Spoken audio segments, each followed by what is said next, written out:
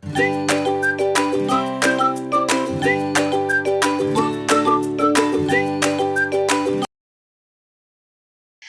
guys! For today's video ay tayo ay mag-unboxing muna ng ating in-order na shirataki dry rice ng Mr. Squirrel. Ayan guys! So open muna natin yung ating parcel.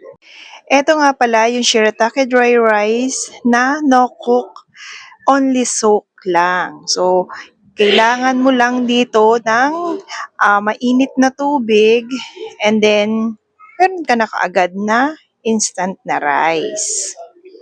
So, ayan. Open muna natin yan, guys.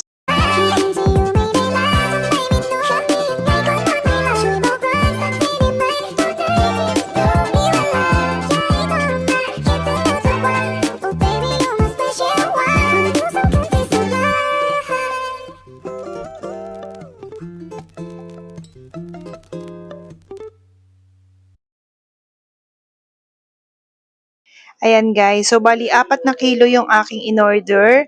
And then yan, nahirapan pa nga tayo pagtatanggal ng tape. So 1 kilo yung isang balot niyan.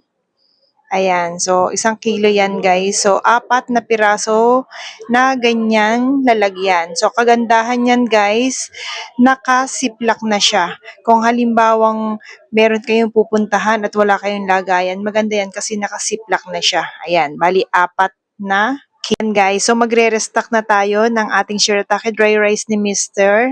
So ayan, ayan yung lagayan ng shirataki. Kaya sobrang ganda nito guys, kahit nabuksan na, pwede nating daladalahanin yan if ever na meron tayong lakad. Madaling-madali, ininit lang na tubig at saka shirataki dry rice and then takpan mo lang, instant, meron ka na kaagad na rice, 'di ba? So yan.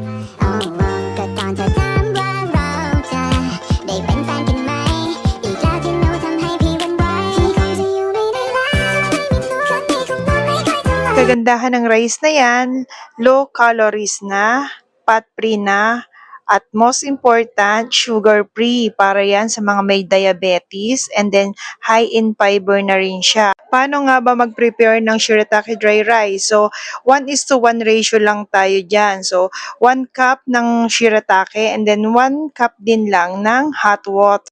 And then, maglagay lang tayo ng takip once na maglagay na tayo ng mainit na tubig and then antayin lang natin siya ng 7 to 10 minutes at saka yun, pwede na tayong magkaroon ng rice, 'di ba?